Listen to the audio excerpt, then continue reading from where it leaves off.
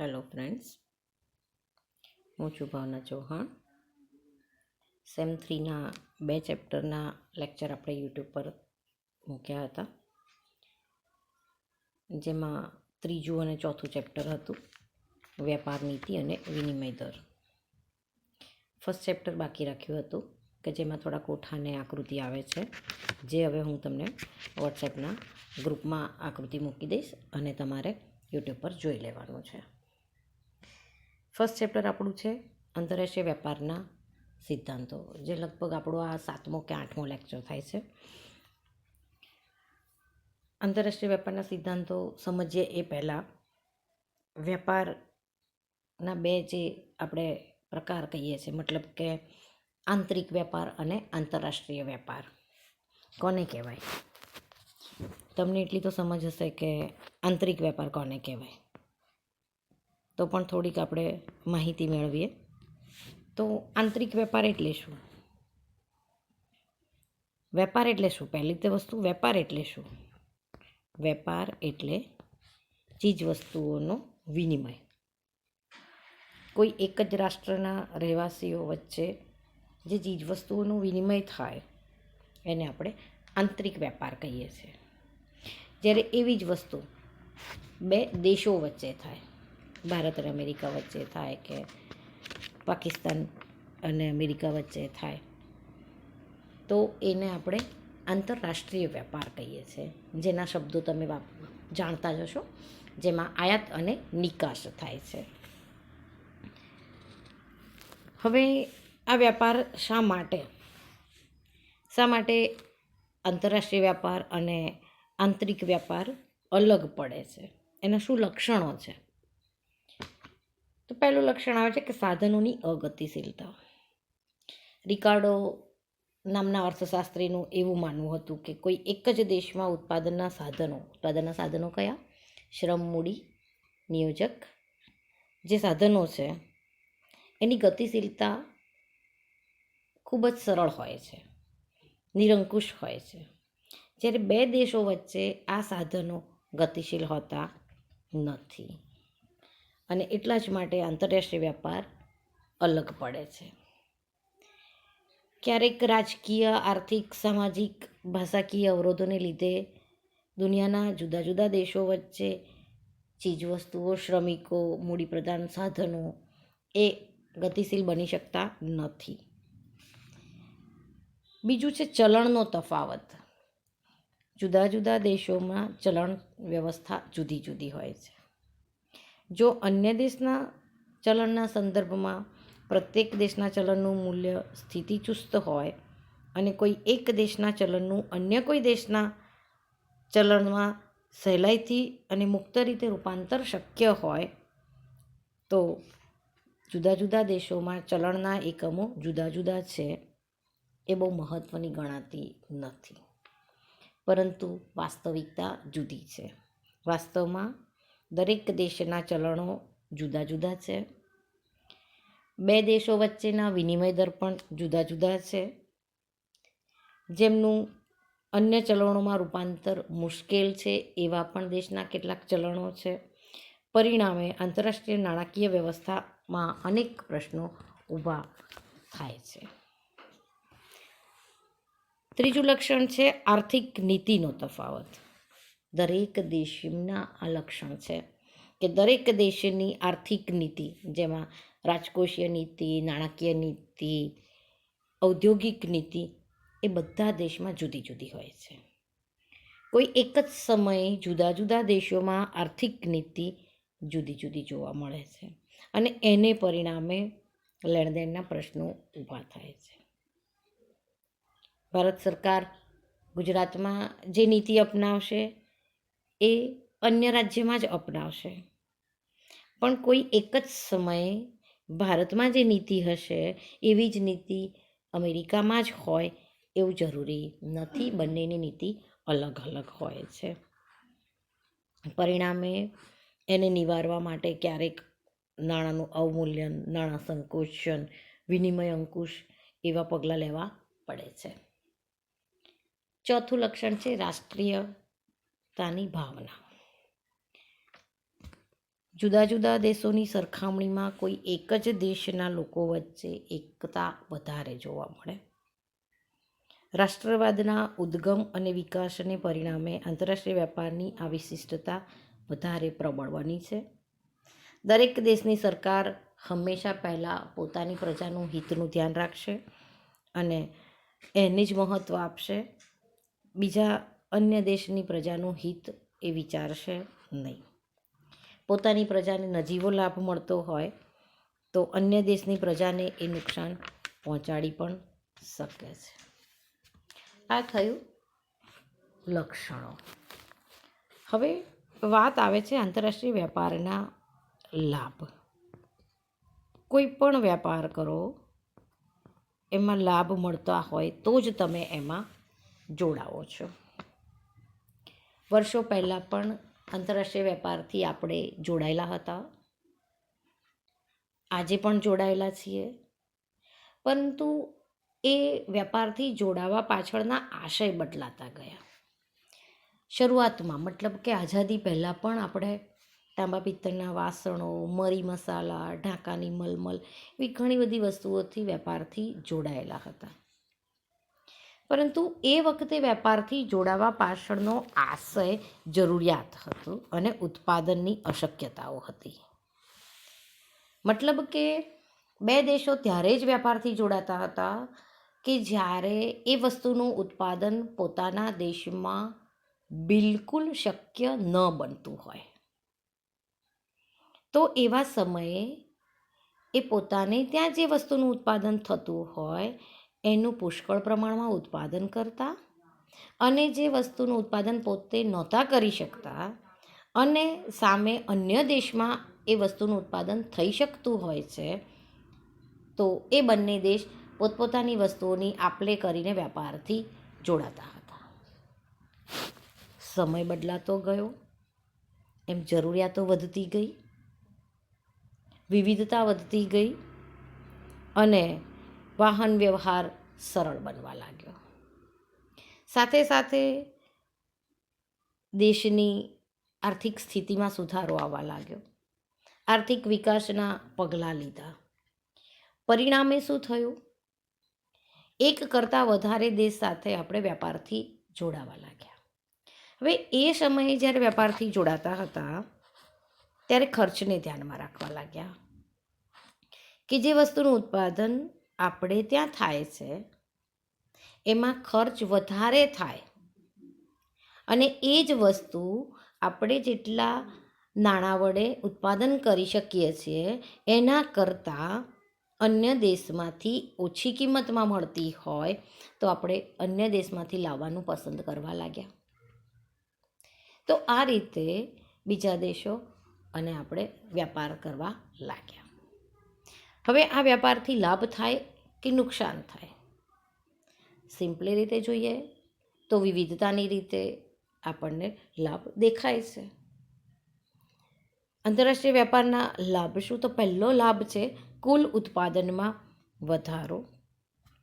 આંતરરાષ્ટ્રીય વેપારથી વિશિષ્ટીકરણનું શક્યતા બને છે કે જે દેશને જે વસ્તુના ઉત્પાદનમાં તુલનાત્મક લાભ હોય તેના ઉત્પાદનથી તે દેશ એ વસ્તુમાં વિશિષ્ટીકરણ કરે છે. વિશિષ્ટીકરણ એટલે શું? કે જે વસ્તુના ઉત્પાદનમાં આપણી ઉત્પાદન ક્ષમતા વધારે હોય અને ખર્ચ કદાચ થોડો ઓછો પણ થતો હોય તો આપણે એ જ વસ્તુના ઉત્પાદનમાં વધારે ખર્ચ કરવો અને વધારે ધ્યાન આપવું. ક્યારેક કુદરતી આબોહવાને કારણે પણ એમાં વિશિષ્ટીકરણ આવે છે.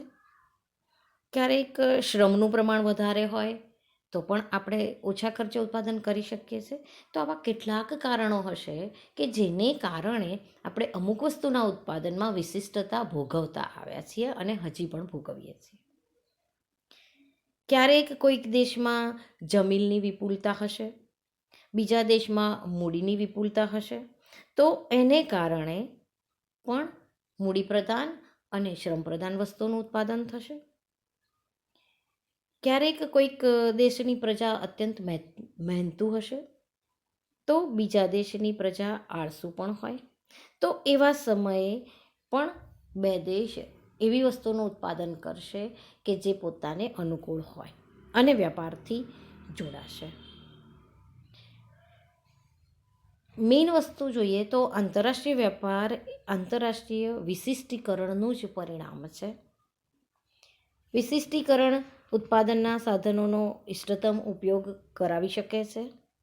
જે વસ્તુ બનાવવા માટેની સામગ્રી અને કૌશલ્યતા વધારે હોય તેના ઉત્પાદનમાં ધ્યાન કેન્દ્રિત કરવાથી અને એનામાં સમય અને પૈસાનો બચત થાય છે. ઉત્પાદન પણ વધે છે. સંખ્યાબંધ ઉદાહરણો એવા છે કે જેમાં એક જ વસ્તુના ઉત્પાદનમાં આપણે ધ્યાન રાખીશું. જસ્ટ ઇમેજિન કરો તમે લોકો કે તમને કોઈ સબ્જેક્ટ વધારે ગમતો હોય અને તમે એમાં જ ધ્યાન આપો તો શું થશે? એમાં વધારે માર્ક્સ આવશે. જેમાં બહુ રુચિ નથી એવા સબ્જેક્ટને પરીક્ષાના આગલા દિવસે જ પકડો છો તો શું થશે? એમાં માર્ક્સ ઓછા આવશે. ઓછા આવે ત્યાં સુધી ચાલશે, 25 આવશે ત્યાં સુધી ચાલશે, પરંતુ સાવ ધ્યાન નહીં આપો તો શું થશે? ફેલ થવાશે, એટીકેટી આવશે. રાઈટ? એવું ના કરતા. બીજો લાભ છે ભાવોની સમાનતા.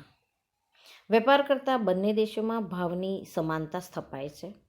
કોઈપણ વસ્તુ સસ્તી કે મોંઘી એનો આધાર વસ્તુની માંગ તથા પુરવઠા ઉપર રહેલો છે. જો વેપાર ન હોય તો તે દેશમાં એનો પુરવઠો વિશેષ છે, ત્યાં ભાવ અત્યંત નીચા રહે છે, અને જે દેશમાં પુરવઠો ઓછો છે ત્યાં ભાવ અત્યંત ઊંચા રહે છે. આ રીતે એક જ વસ્તુના ભાવ બે પ્રકારના થાય છે, ક્યાંક કોઈક જગ્યાએ ઊંચા અને ક્યાંક નીચા. આ શેનું પરિણામ છે? વેપાર ન થાય એનું પરિણામ છે. જો મુક્ત વેપાર હોય અને કોઈ પણ પ્રકારના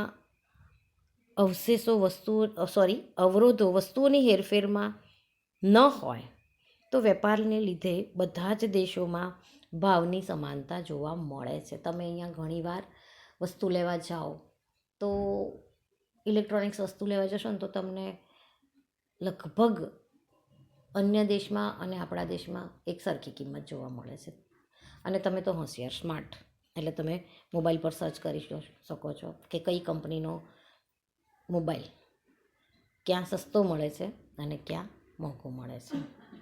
તમને બહુ ફેર જોવા નહીં મળે. ત્રીજું લાભ છે વસ્તુઓની સમાન વહેંચણી. કોઈપણ દેશને કુદરતે ઉત્પાદનના બધા જ સાધનો એક સરખા આપ્યા નથી. કોઈક દેશમાં વિપુલ પ્રમાણમાં છે, કોઈક દેશમાં એ જ સાધનની અછત જોવા મળે છે. તો એ વિપુલતાને પરિણામે એ વાતાવરણ અથવા તો એ સાધનની વિપુલતાને અનુકૂળ વસ્તુનું ઉત્પાદન બીજા દેશની કમ્પેરિઝનમાં ત્યાં વધારે થશે. તો આ વસ્તુની ઉત્પાદન વધારે થતું હોવાથી એ દેશ પોતાને ખૂટતા સાધનો મતલબ કે ખૂટતી વસ્તુઓ અન્ય દેશ પાસેથી મેળવી લે છે. અછત નિવારવાનો અન્ય કોઈ ઉપાય આના સિવાય છે નહીં. આગળ લાભ છે વિસ્તૃત બજારનો લાભ. આ બહુ સરસ લાભ છે કે તમને ભારત અમેરિકા સાથે વેપાર કરે છે. હવે ઘણીવાર એવું બને છે કે એ જ વસ્તુ અન્ય દેશમાંથી પણ મળે છે તો એ અમેરિકા કરતાં ઓછા ભાવે મળે છે. તો એવા સમયે આપણે અન્ય દેશ સાથેથી પણ એ વસ્તુ ખરીદી શકીએ છીએ. જો વેપાર ન હોય તો દેશમાં સ્થાનિક બજારોમાં જ માલનું વેચાણ કરીને દરેક દેશે સંતોષ માનવો પડે છે. જો વસ્તુનું વિપુલ ઉત્પાદન થતું હોય તો તેના માટે દેશના બજારો ઘણીવાર નાના પણ પડે છે. તો એ સમયે આંતરરાષ્ટ્રીય બજારમાં આપણે વસ્તુનું વેચાણ કરી શકીએ છીએ.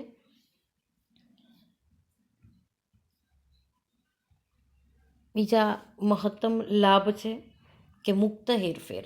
અત્યારે હાલની તારીખમાં આ છે કે વસ્તુઓની હેરફેર મુક્ત રીતે થઈ શકે છે કે તુલનાત્મક ખર્ચના સિદ્ધાંત પ્રમાણે બે દેશો વચ્ચે વસ્તુઓની હેરફેર મુક્ત હોવી આવશ્યક છે.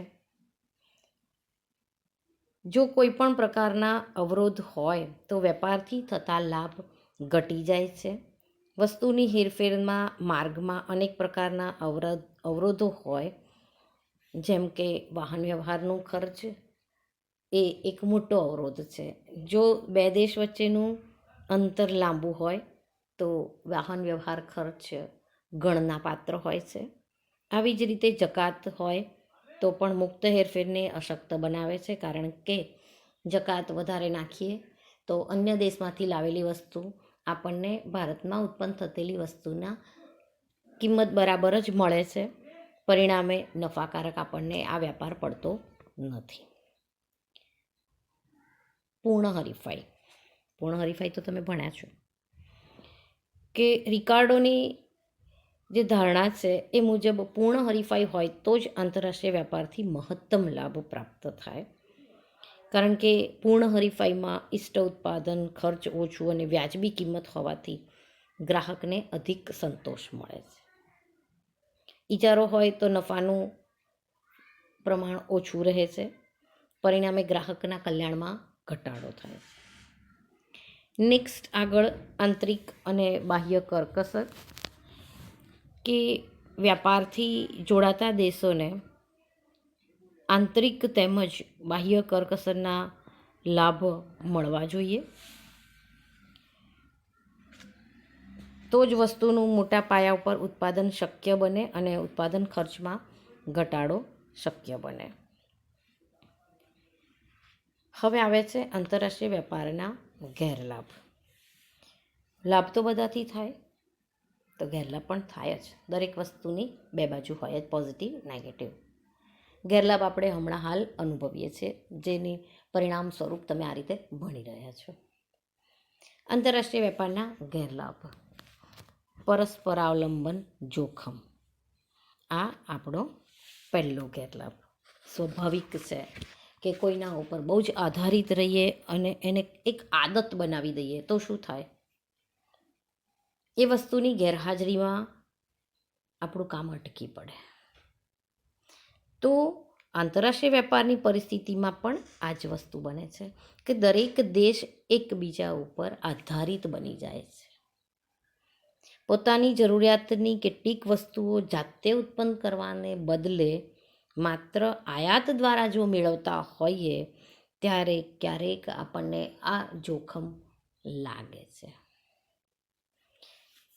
પ્રાથમિક જરૂરિયાતોની વસ્તુઓ, શસ્ત્ર સરંજામ જેવી વસ્તુઓ જે રક્ષણ માટે વપરાઈએ છે એ આપણે જાતે જ બનાવવી જોઈએ અને આપણા દેશની જ વાપરવી જોઈએ, એવું કદાચ મારું મંતવ્ય છે. કારણ કે એની ઉપર આપણે એનો ઉપયોગ કરવા માટે અન્ય દેશ ઉપર આપણે નિર્ભર હોઈએ તો એ જોખમકારક બને છે. કે યુદ્ધ કે કટોકટીના સંજોગોમાં અન્ય દેશ સાથેના રાજકીય સંબંધો જો બગડે તો શું થાય? આયાતો ઘટી જાય કાં તો બંધ થઈ જાય. તો એવા સમયે આપણે બહુ જ મુશ્કેલીમાં મુકાઈએ.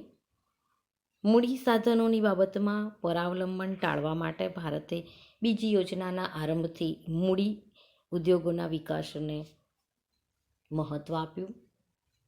1991થી ભારે ઉદ્યોગોની વ્યૂહરચના જે બનાવી એમાં મૂડીપ્રધાન ઉદ્યોગો પણ આપણે સ્થાપતા થયા અને ઘણા મોટા પ્રમાણમાં આપણે ઉત્પાદન કરતા થયા છીએ.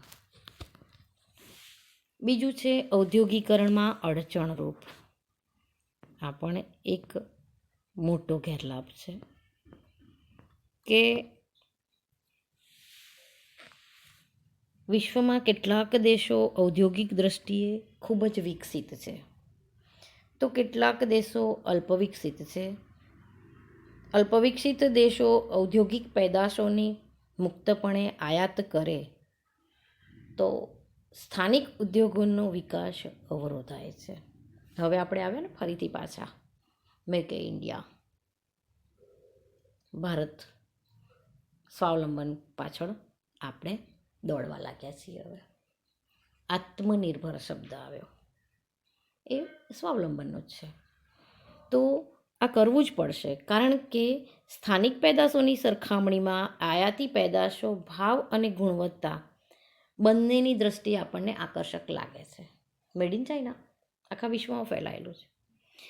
જે વસ્તુની કિંમત એટલી નીચી છે કે જે ભારતમાં એટલી નીચી કિંમતે પોસિબલ જ નથી બનાવવી, તેમ છતાં આપણે એ વસ્તુનો ઉપયોગ કરવો પડે છે. કેમ? સસ્તી છે. પરંતુ એના કારણે આપણા સ્થાનિક ઉદ્યોગોનો વિકાસ અટકી ગયો, એમનું ઉત્પાદન ઓછું થઈ ગયું, એનો આપણે વિચાર કરતા નથી. લોકો સ્થાનિક પેદાશોને બદલે આયાતી પેદાશો ખરીદવા પ્રેરાશે. પરિણામે સ્થાનિક ઉદ્યોગોને બજાર મળશે નહીં. ઔદ્યોગિક વિકાસના અભાવને લીધે અલ્પવિકસિત દેશોમાં ગરીબી અને બેરોજગારીની સમસ્યાઓનો ઉકેલ લાવવાનું કામ મુશ્કેલ બન્યું છે. પરિણામે ભારતે બીજી યોજનાના આરંભથી સ્થાનિક ઉદ્યોગોને સંરક્ષણ આપતી વેપાર નીતિ અપનાવી છે. શરૂઆતમાં મુક્ત વેપાર નીતિ અપનાવી. મુક્ત વેપાર નીતિ આપણે આગળ ભણ્યા, એનાથી આપણને લાભ થાય પણ નુકસાન વધારે થયું. પરિણામે ફરીથી પાછા આપણે સંરક્ષણ નીતિ અપનાવવા લાગ્યા. અને સંરક્ષણ નીતિ કોને? આપણા દેશના ઉદ્યોગોને. ત્રીજો ગેરલાભ છે નબળા દેશોનું શોષણ. મુક્ત વેપારને પરિણામે સમૃદ્ધ દેશો દ્વારા પછાત કે નબળા દેશોનું શોષણ થાય છે. વર્ષોથી, આજથી નહીં, બ્રિટિશ કાળ હતો ત્યારથી જ સરકારની મુક્ત વેપારની નીતિને પરિણામે ભારત ઇંગ્લેન્ડના ઉદ્યોગોને અનાજ અને કાચો માલ પૂરું પાડતું એક ખેતર બની ગયું હતું. અને ઇંગ્લેન્ડની ઔદ્યોગિક પેદાશ તો ભારતના બજારમાં ઠલવાતી જ રહી. પરિણામે શું થયું? ભારતના ગૃહ ઉદ્યોગો તેમજ નાના ઉદ્યોગો પડી ભાગવા લાગ્યા. એટલે શું થયું? આપણા ત્યાં બેકારી ઊભી થઈ, ગરીબી ઊભી થઈ. આ વસ્તુ આપણે ત્યાં ચાલે નહીં. ત્રીજો ગેરલાભ આર્થિક અસ્થિરતા. આંતરરાષ્ટ્રીય વેપારને લીધે આર્થિક અસ્થિરતા વધે છે. 1931ની મહામંદીનું સચોટ ઉદાહરણ આ જ છે કે આ મંદીનો આરંભ અમેરિકાના અર્થતંત્રમાં થયો હતો, પણ બહુ જ ઝડપથી અન્ય દેશોના અર્થતંત્ર ઉપર પણ એની અસર જોવા મળી. કારણ કે અમેરિકાની આયાતો તેમજ નિકાસો ઘટી ગઈ હતી અને અન્ય દેશો સાથે એનો મૂડીનો વ્યવહાર પણ ખોરવાઈ ગયો હતો. 2008માં અમેરિકાના બેન્કિંગ ક્ષેત્રમાં નાણાકીય કટોકટી સર્જાઈ, ત્યારે અનેક અલ્પવિકસિત દેશોમાં વિનિમય દર અને આયાત નિકાસો ઉપર એની ખૂબ જ માઠી અસર જોવા મળી. આર્થિક વિકાસ ધીમો પડી ગયો. વાસ્તવમાં આંતરરાષ્ટ્રીય વેપાર જેમ વૃદ્ધિ પામે છે અને પરસ્પરાવલંબન જેમ ગાઢ થાય છે, એમ અનિશ્ચિતતાઓ વધતી જાય છે. પૂર્વાનુમાન તો આપણે બહુ લગાડી શકતા નથી કે કયા દેશની નીતિ ક્યારે પડી ભાગશે, ક્યારે તેજીમાં આવશે, ક્યારે મંદીમાં આવશે, કારણ કે એમની આર્થિક નીતિનો આપણને ખ્યાલ આવતો નથી. પરિણામે આર્થિક આયોજન અર્થહીન બની જાય છે. ભારતે મૂડી વ્યવહારો માટે રૂપિયાને રૂપાંતરણ કર્યું નથી, તેથી ભારતીય અર્થતંત્ર પણ 2008ની નાણાકીય કટોકટીની અસર ભોગવી ચૂક્યું છે. આ છે આપણા આંતરરાષ્ટ્રીય વેપારના લાભ અને ગેરલાભ. નેક્સ્ટ આપણે ભણીશું એડમ સ્મિથનો નિરપેક્ષ ખર્ચ લાભનો સિદ્ધાંત, જેનો હું કોઠો વોટ્સએપ ગ્રુપમાં મૂકીશ, જે આપણું એસવાયનું ગ્રુપ બનાવ્યું છે એમાં. તો એ કોઠો જોઈને આપણે આગળ સમજૂતી એની મેળવીશું. ઓકે, નેક્સ્ટ લેક્ચરમાં નિરપેક્ષ ખર્ચનો સિદ્ધાંત ભણીશું.